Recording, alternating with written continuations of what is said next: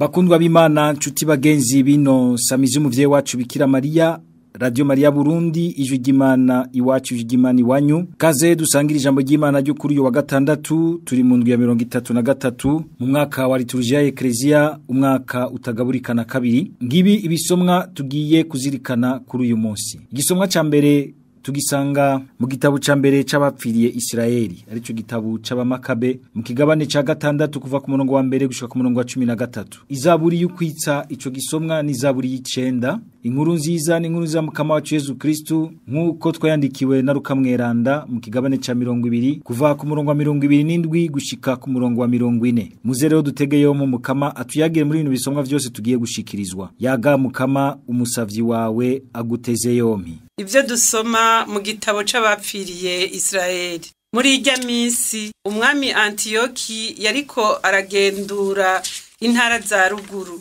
Bamubwira yuko mu gihugu c'abapersi hari igisagara kirangwa n'itungo n'ifeza be n'inzahabu yacu. Mu gisengero c'ico gisagara harimwo amatungo menshi, ivyambagwa vy'inzahabu, inkinzo n'ibigwanisho vyasigaranye na Alexandro mwene Filipo umwami wa Macedonia ariwe yabaye umwami wa mbere mu Bugireki. Antiyoki rero agenda gutera ico gisagara n'ukunyaga ibirimwo vyose, ariko biramunanira kuko abantu bo muri ico gisagara bari bumvise ivyo ashaka. Baramutsinda nawe arahunga ahindukira n'intuntu nyinshi kugira ngo ashike i Babiloni. Akiri mu gihugu c'abapersi baza kumumenyesha ko ingabo yari yatumye mu Buyudeha zatsinzwe nazo nyene. Nkako nanone Liziyasi yari yabateye ajanye ingabo nyinshi, ariko arahunga imbere y'Abayahudi. Abayahudi nabo bari babaye intatsindwa kubera ibigwanisho vyabo. Abacangero babo n'ibinyagano vyinshi bakuye ku bansi babo bari banesheje. Bari baratembagaje ryashano ry'agacamutima Antiyoki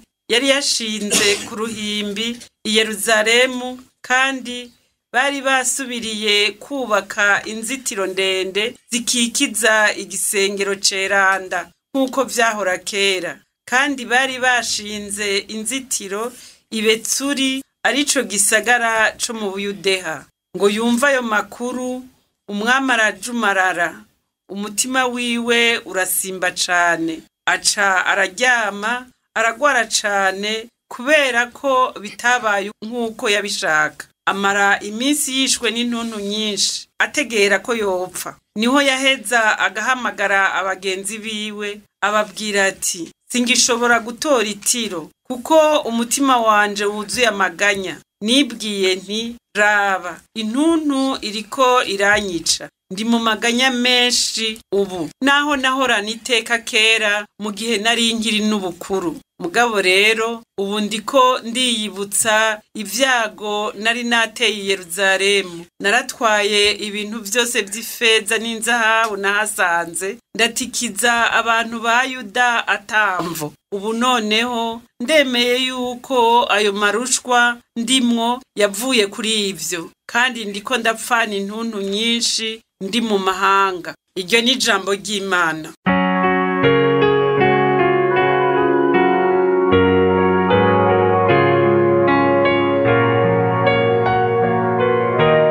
Nzokwigina imbere yawe kuko ari wewe wankijije. Nzokwigina imbere yawe kuko ari wewe wankijije. Ndagushimiye mukama n'umutima wanje wose. Ndahaya ivyiza vyose vy'agatangaza wagize. Urampimbara nkakwigina, ngacurarangira izina ryawe Mana rudasumbwa. Nzokwigina imbere yawe kuko ari wewe wankijije. Abansi banje bagukubita ijisho, bagasuha basubira inyuma, bagacika intege, bagakenyuka. Waratubije abanyamahanga, utikiza ababisha, ubazimanganya ubutazotoha. Nzokwigina imbere yawe kuko ari wewe wankijije. Abanyamahanga bahambwe mu cobo bari bimbiye abandi, bafatwa n'umutego bari bateze abandi. ariko aborobo ntibibagirwa ubutakigaruka, amizero y'abagowe ntazokwigera avaho. Nzokwigina imbere yawe kuko ari wewe wankijije.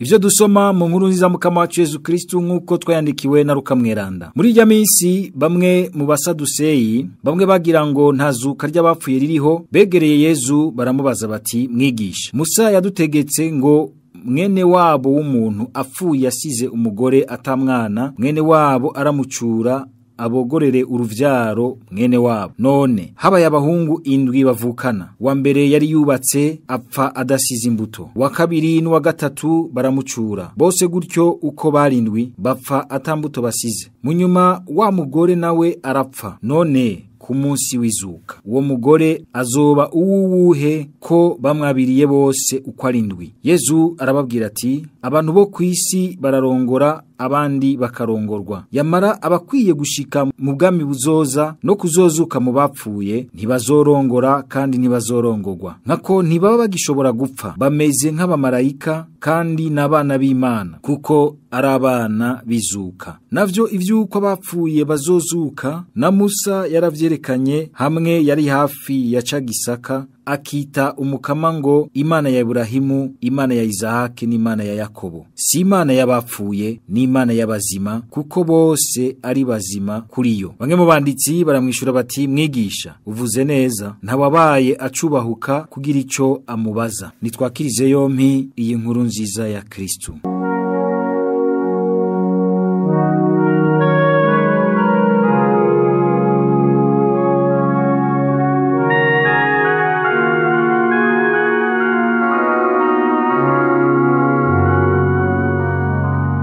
Bavukanye ntore z'Imana. Mu gitabo c'imigani niho dusoma ijambo ririmwo ubwenge n'ubwitonzi bwinshi. Mu kigabane ca 16 ku murongo wa 18 ritubwira yuko ubwishime n'ubwibone bitegura uguhananuka. Nguyu wa mwicanyi ya nkozi y'ikibi yamaze abatari bake mu Bayahudi, wa mwami Antiochus Epiphan arageze ku musozo w'ubuzima bwiwe. Ivyo yari yaratsindiye, ubwami yari yaratsindiye hirya no hino bukaza burasenyuka. Eka mbere n'abasirikare biwe bamwe bakomakomeye wagira uti bagiye kwigarura izindi ntara, bakaza bararyimvumba basubira inyuma batsinzwe bamaramara. Tubona ingene mbere iki kibaye intandaro y'uguhananuka k'ubwami bwiwe atari kindi kizananye kure, nigifatiye muri wa munoho wiwe w'ugusahura no kugomba kunyaga ubwami bwose buto buto bwari hafi yiwe. Yavuye yibagira yuko ukugumiza abasirikare biwe mu ntambara z'ugusahura no kwihagira ubundi bwami ko vyageze igihe bikabaruhisha, na cane cane burgerega gusesa amaraso biraruhisha rwose. Kandi uretse ko abasirikare biwe bari barushe, yavuye asanga ariko arirunda ko inzigo n'ugwanko rw'ibihugu bitari bike mukikije bikaza biraja hamwe ro kugira ngo bimugwanirize hamwe, ariko kandi na cane cane yirunze ko umuvumo n'amahano w'ivyo yakoze. Amatungo yari yararunze, eka n'ukurunda ibinezero uko amari mu biremvye byavuye bimuhuma amaso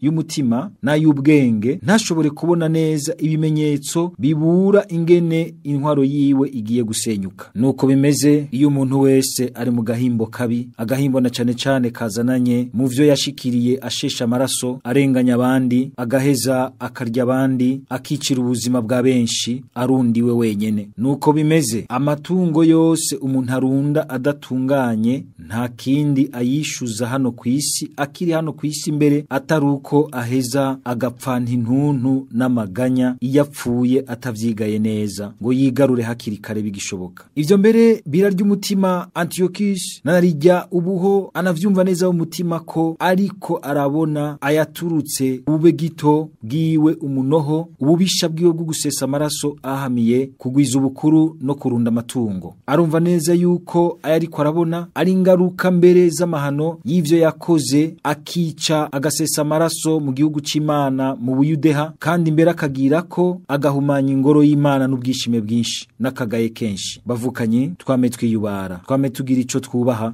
Nta muntu ashobora gukengera Imana nkuko twabibonye kuri Antiochus Epiphan ngo vyijanuko. Ariko dutahure neza, ndove twibaza yuko womenga ni Imana yari murindiriye aho rero kugira ngo icimurundako amahano. Imana nta wirunda ko amahano. Imana nta nzigwigira, ahubwo burya amahano asanzwe anyegeje mu bibi dukora. Nico gituma Imana ihaguruka mbere rimwe igakangira kugira ngo igerageze kudukiza kwiroha mu mahano tutaba tubona neza, igihe kibi kiriko kiraturesha, igihe turi mu nyosha mbi zo kugomba gukora inabi ikaturyosha n'ivyitwereka duca dushikira vy'ukoroherwa, guhimbagwa, kurunda ibinabiriya, ubukuru, gukomerwa amashi n'ibindi vyinshi. Ariko izo nyosha mbi ntizigere zikwerekana rimwe ibiri hariya ku musozo w'icugira ukore, ugasanga impera yavyo rero hinyegeje ayo mahano agacaza fatanye n'ivyo umuntu yakoze. Imana rero ahubwo ikanababara gose kubona ingene ikibi gishobora kuduhwikira, kikaduhenda, kikaturahura umutima, ntidushobore kubona ingaruka zaco zama zifatanye naco. Nta kindi kintu gishobora no kudukiza benaho atari uguheza tugafata akaryo, tugasubira inyuma, tugafata umwanya wo kwiyumvira, tukabaza umuzirikanyi, tukaja mu gisabisho, tukaja mu kuzirikana ijambo ry'Imana canke kumviriza inyigisho, tugafata umwanya wo gusenga, tugakura inyigisho mu bishika mu buzima. Bene ivyo biradufasha kuraba hakurya y'inyosha mbi iyo ziriko ziraturyosha zikibi kigomba kutwizingirako kikaduhenda. Twimenyereze rero bavukanye gufata imyanya bene iyo yo gushobora kwigigwayo gatonya kugira ngo tuzirikane inzira tugomba gufata. Iyo ari nabi tugaheza tugafata kanya kugaruka mu Mukama kugira ngo Mukama atwereke n'ingaruka z'amahano afatanye n'iyo nabi, kugira ngo tumenye guca kure y'inyosha mbi, kuzibukira inyosha mbi ziheza zikaduhenda tugasanga zadusutse mu kaga. Mu nkuru nziza Yezu ariko yagana abasadusayo wa mugwi w'Abayahudi tuzi ko batigera bemera na gato izuka ry'abapfuye. Kuri bo urupfu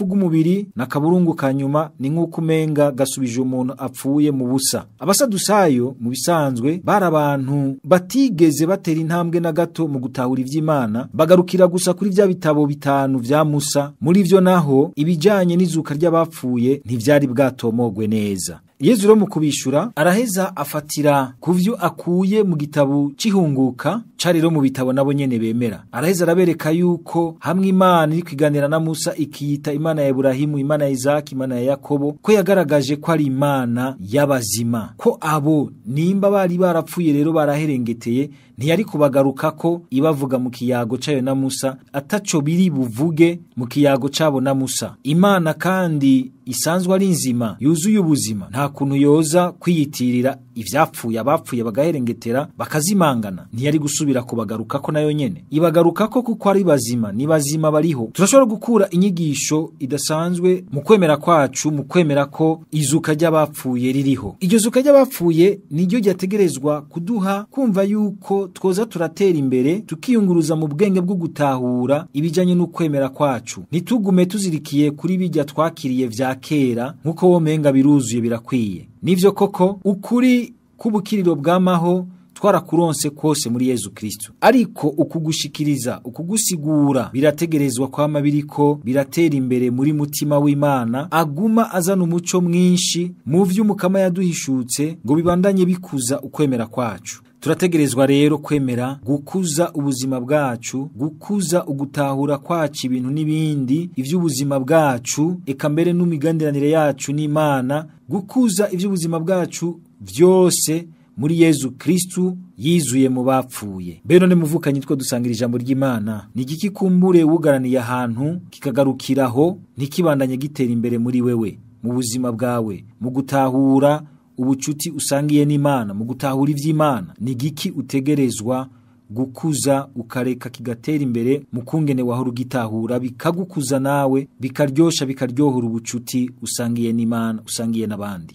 Abasadusayo baje kubwira Yezu ingene batavyumva, batumva ko umuntu yozuka mu bapfuye. Baremera, baramuyagisha kuri ico kibazo, nubwo kenshi bari bakunze kuza bamutega imitego. Yezu wewe ntaca bafatiraho, ariko agaheza akabaha umuco kugira ngo biyunguruze mu gutahura. bamuzaniye akarorero ngo k'umuntu yabiriye umugore afadasize umwana maze bavuka n'abandi batandatu bose baramwabira kugira ngo babogoreranire uruvyaro ariko bose bapfa atamwana basize. Mwumvise ingene baciye baza Yezu bati none mwizuka ry'abapfuye uwo mugore azoba uwuhe ko bose bamwabiriye bose ko bose uko ari ndwi bamwabiriye. Yezu araheza arabishura abereka yuko ukwemera kutagarukira gusa mu kugereranya ibintu vyo mwizuka ry'abapfuye n'ivyo ngaha kw'isi. Ivyo vyashikira abasadusayo vyuko bafata ivyo hakurya y'ubu buzima mwizuka ry'abapfuye bakabigereranya n'ivyo muri ubu buzima bwa hano kw'isi, hama bumva ntivyumvikana ubakiri ngaha kw'isi bagacagira ati ntabiriho. Nivyo bikunze gushikira abantu bamwe bamwe biyita incabwenge bagacika abazira rumenyetso kuko bashaka guheza ukuri kw'ivy'Imana kose mu vyo bashobora gutahura babona n'amaso yabo bakabakaba hano mw'isi mu vyo batwara mw'ishure bakiga n'ubwenge bw'agahanga k'umuntu gato gose bumva birabasize, bumva umenga ntibaronse ingene babyisigurira canke babisigurirwa ngo bimate mu bwenge bwabo neza bagaca bibaza ngo ntabiriho. Twibuke bavukanye mu giso cyacu cy'ukwemera yuko tugira tuti twemera Imana yaremye ibiboneka n'ibitaboneka. Akenshi mbere y'umuntu gaca usanga kubera ubunebwe bwo kuguma arondeza agaca afata yuko umenga ivyo bimusiga mu bwenge by'ukuri kurengera ubwenge bw'umuntu ukuri kw'amabanga y'Ivy'Imana kumusize agaca agira ati ivyo ntibiriho agaca yanka kwinjira mu bucuti bwiza n'Imana akabiterera ku ruhande. None kubera iki utobandanya urondeza? Muri uko kurondeza harimwo kuza kwegera Yezu nkuko abasadusayo bamwegereye bakamubaza. Yezu mbere aranatwakira n'igihe mbere tuje gusa n'abamutega imitego nikibuza yuko atwakira akatwumviriza, ariko tumwumvirije neza ntitugenda tutahakuye umuco utugirira akamaro kuko ntawahora ubujuju bwiwe no kutamenya kwiwe. Araheza akadufasha nakajyo keza kugira ngo rero muri uko kurondeza twibuke yuko kandi binazana no mu igisabisho cizigira Yezu akadufasha kwakira muri mutima wiwe ukuri gushobora gusiga ubwenge bwacu bw'umuntu ariko ari ukuri gukomeye k'ubukiriro bw'amaho ku muntu ku caremwe cose. Yezu muri mutima wiwe akadufasha kuvyakira atari ukumenga aduhaye guca tuvyisigurira na bwa bwenge bwo mw'ishure bwa kimwe guteranya kimwe bingana bibiri, ariko akaduha kuvyakira kuvyiyumvamwo no kubona ingene bishobora gukora ivyiza mu buzima bwacu. Twame tugira natwe ako kamenyero keza ko kugaruka imbere ya Yezu tukamubaza ibintu bimwe bimwe tudatahura mu kwemera. Akatwumviriza kumwe bisigara impararo uyu munsi ngo pati ndakeneye ngo kunyakira ngo unyumvirize. Ubwo waciye kwa Yezu nawe ngo akumvirize mukayaga ukamubwira ukagerageza kumwumviriza mu gacerere no mu ijambo ryiwe, tukaza imbere yiwe kumutura vya bibazo vyose bizukuruka mu buzima usanga umenga biradusiga ntitubironkera n'inyishu. Wewe arabifitiye inyishu. N'igihe utogira uti uraronse ya nyishu nimwe yo mwishuri ya kimwe guteranya kimwe bingana bibiri azoguha gutahura mu kwakira vyose muri we buke buke bigaheze bikagenda biratora inzira. Mukama shira muri twebwe wongera ugumize muri twebwe ubwo bukerebutsi bwo kwama tuzi wawe kukuyagisha mbere no kubibazo tudatorera umuco neza by'ubuzima bwacu canke kubibazo kudatahura neza bishitse ukwemera kwacu. Dufashe Mukama igihe dusizwe mu bwenge bwo mu vy'Imana canke mu gutahura ibinabiriya bishobora gushika mu buzima bwacu bitoroshe. Nitwigere twihebura ngo tuje kure yawe ahubwo tuzi wawe kubiyaga ko nawe ngo duhe mutima wawe w'ubumenyi no gutahura ibishika vyose mu buzima tukamenya kuvyakira kumwe nawe. Amen. Kw'izina rya Data n'irya Mwana n'irya Mutima Mweranda. Amen.